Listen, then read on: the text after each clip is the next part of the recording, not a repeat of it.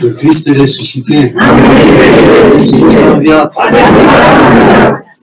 Christos anesti. Christus cresce. Der Messias kam. Christus ist auferstanden.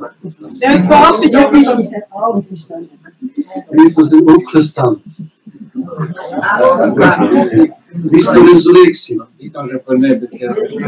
Christus fugațul. Și tu fuho. Așa e și fuhora. Christ is risen.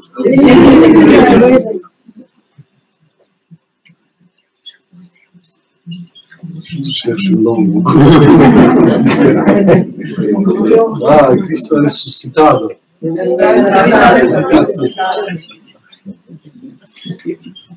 On s'arrête ici.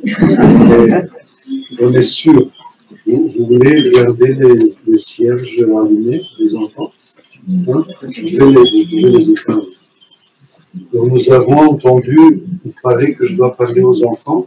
Et vous écoutez, vous ne sortez pas, donc ça va. On a entendu cet évangile aujourd'hui quand le Seigneur il guérit un aveugle-né. Vous savez qu'est-ce que c'est être aveugle? C'est quoi être aveugle? Fermez les yeux, tous, fermez les yeux là. Gardez les yeux fermés quelques secondes. C'est difficile de vivre sans rien voir. Très difficile, non? Très difficile. Et voilà, devant le Seigneur se présente un aveugle-né, c'est-à-dire celui qui est né étant aveugle. Et tout d'un coup, les disciples demandent au Seigneur, le Seigneur, qui a péché, lui ou qui? Et comment il aurait pu pécher s'il est né aveugle, non? S'il est né aveugle, il n'aurait jamais pu pécher. C'est vrai? Est-ce qu'on peut pécher étant dans le ventre de notre maman? Non, on ne peut pas. Parce qu'on ne voit pas qu'est-ce que c'est à l'extérieur. Mais quand on est dans le ventre de notre maman, on ne voit pas ce qu'il y a à l'extérieur. Mais quand on est dans ce monde, on voit qu'est-ce que c'est de l'autre côté. Dans l'autre monde, on ne voit pas. Et alors, comment on regarde l'autre monde? Avec les yeux de la foi. Les yeux de la foi. On fait confiance à notre maman, qu'elle nous soigne tant que nous sommes là dans son ventre. Et elle mange bien, elle est calme, elle prie, elle fait des bonnes choses. Et cela nous donne, à nous aussi, qui sommes à l'intérieur, ça nous donne la paix, ça nous donne une manière de vivre tranquille. Parfois, on est agité, nous, à l'intérieur. Vous avez vu vos frères et sœurs qui poussent le ventre de maman et ils frappent là. Hein, vous avez vu ça? Qui avait des frères et des sœurs plus petits que vous? Tu as vu là? Que ta maman ne t'a pas dit? Non, tu ne te rappelles pas. Mais ça se passe comme ça. Donc, il y a les yeux de la foi. Les yeux de la foi quand on est là, dans le ventre de notre mère, et les yeux de la foi quand on est dans ce monde. Et le Seigneur, qu'est-ce qu'il dit là dans cet évangile? Il dit que je suis la lumière du monde. Et qui a cette lumière ne va pas marcher dans le noir, dans les ténèbres. Alors, vous voyez, cet aveugle, quand il a entendu ces paroles, il ne comprenait absolument rien. Mais il avait la foi. Parce que c'est sûr qu'il a prié durant toute sa vie, étant aveugle, en entendant autour de lui que tout le monde voit. Il entendait des paroles. Les autres décrivaient le monde, combien il est beau, le soleil, la lune, les étoiles, les arbres, les oiseaux, les animaux, même les humains, leurs frères et sœurs, ils ne pouvaient pas voir ce qui était autour. Donc lui, étant dans cet état, il a prié pour que le Seigneur arrive un jour à lui. Et voilà que le Seigneur arrive et il dit, je suis la lumière du monde. Qu'est-ce que ça veut dire? Le Christ est la lumière du monde. Pourquoi il est lumière pour nous? Quelqu'un d'entre vous peut nous dire pourquoi il est lumière du Christ? Vous savez pourquoi? Dites ce qui vous passe par ce que vous croyez. Pourquoi le Christ est venu? Qu'est-ce qu'il nous fait voir? Il nous fait voir autrement quoi? La vie, le monde où nous vivons, nous-mêmes. Il nous fait voir autrement le monde. Il jette une autre lumière sur le monde. Et la première lumière qui nous vient à l'esprit, c'est sur quoi? Qu'est-ce que nous faisons au bout de notre vie? Quand on a 90 ans, ou 100 ans, ou 120 ans, parce que là, on va vivre beaucoup. Mais quand même, après, on passe où? On passe de l'autre côté, non? On passe dans l'autre monde. Donc, on meurt. Et quand le Christ dit qu'il est la lumière du monde, il jette une autre lumière sur notre vie, mais aussi sur notre mort. Ça veut dire quoi? Il nous dit, voilà, ma lumière te fait que tu mourras plus. Donc c'est ça, quand il dit, je suis la lumière du monde. Et ça nous suffit. Déjà, c'est énorme. Nous savons que la mort n'existe plus. Je suis la lumière du monde. Les ténèbres de la mort n'ont plus de force sur vous. Et on a les grands-parents, les arrière-grands-parents qui partent un jour de cette vie. On se demande, mais ils sont où? Ils sont dans la lumière du Christ si ils ont cru en Christ. Qu'est-ce que vous pensez? Ceux qui ne croient pas au Christ, ils peuvent arriver à voir la lumière du Christ? Dites les enfants. Oui ou non? Oui, pourquoi? Parce qu'ils ont la conscience et ils font des bonnes actions. Mais tu dirais quoi? C'est vrai ce que je dis ou non? Oui. Et toi, tu dirais quoi? Donc on a la conscience et on peut arriver à voir la lumière du Christ.